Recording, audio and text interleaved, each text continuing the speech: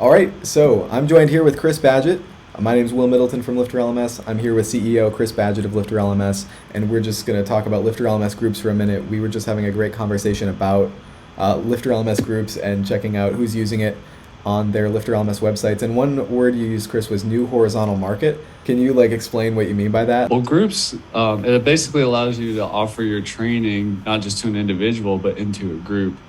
And when we think about our target market or our ideal customer profile or customer avatar, whatever you call that person, one of the ways you can make more money in any business, but in an online learning business, is to go after an adjacent market or a horizontal market. You basically target a different customer.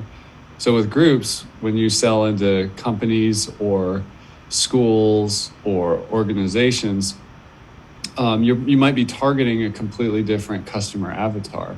So same product, different market at more scale. So that's what horizontal means. You're not going vertical, like vertically integrating and getting somebody more solutions that they need before and the same person more solutions they need before and after your product. Mm-hmm. You're going horizontal and hitting another market entirely.